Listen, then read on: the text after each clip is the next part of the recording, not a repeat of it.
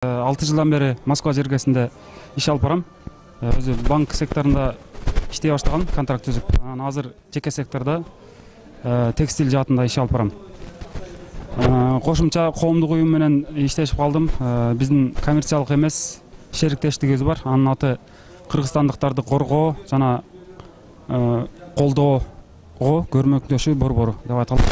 Ал жерде мигранттар бар жерде проблемалар бар.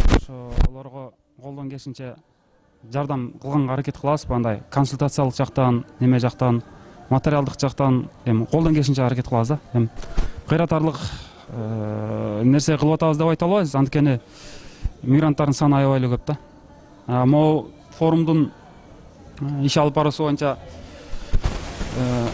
айта кетчү болсок, аябай жакшы иш алып барылып атат. Анткени могул жерге келип, мындай элдердин келип чогулуп отуруп,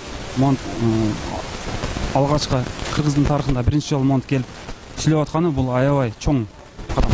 Бул тарыхта калды десек болот да. Могул жердеги муну уюштургандар, могу кыргыз маданият жана достук коому бул аябай мындай өздөрү кичинекей жасаган адамдары чоң болуп, өздөрү дагы ошо жасаган адамдардын шарапаты менен өздөрү да чоң адам боло турган бир аябай чоң долбоорго кол коюп атышат да, мындайча айткандачы.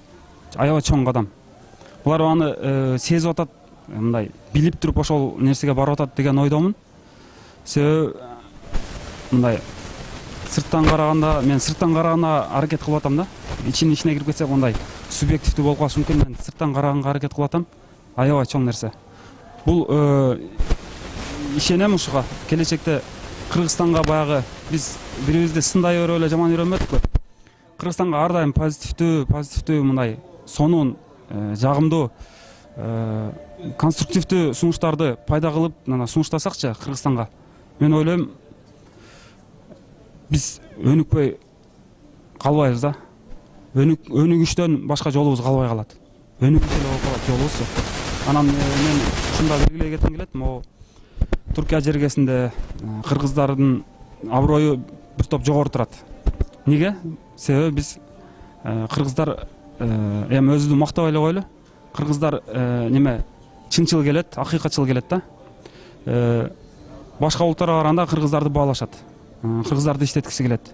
Анан кыргыздар дагы ал бир тепкичтен жогорулашты.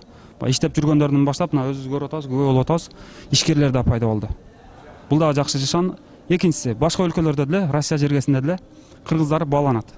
Себеби тейлөө секторунда, кайсы гана сектордо болбосун, кыргыздар иштеп аткан секторлордун көбүндө кыргыздар бааланат. Неге дегенде, могу бул жерде бар болгон кыргыздын сапаты ал жердеги кыргызда дагы бар. Ошондуктан кыргыздар бааланат да. Эми бир суроо. Эмне үчүн кыргыздар ушундай бааланып турган жерде өз ара бааланбайбыз, бирибизди баалабайбыз? Ушундай суроо турулуп атат да. Демек биз өзгө биз кимбиз деген мына жерде да сурап кетти бир байке.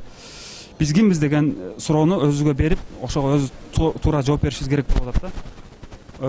Ошондо мындай ойлоп келгенде өзүбүздү туура талдап, атачылыктарыбызды мойнуна алып, мындай бирибизге мындай жакшы жактан бир нерселер сунуштай турган болсок, мен ойлойм, ошол сапаттарыбызды баягы бизди башка элдер баалап аткан жагын биз өзүбүз да терең баалай билип, ошонун немесине маңызына жетсек, мен ойлойм, кыргыздар өнүгүштөн башка жол калбай калат да, өнүгөт. Өнүгүштөн башка жол жок болуп калат да. Ошо. Рахмат пикириңизге.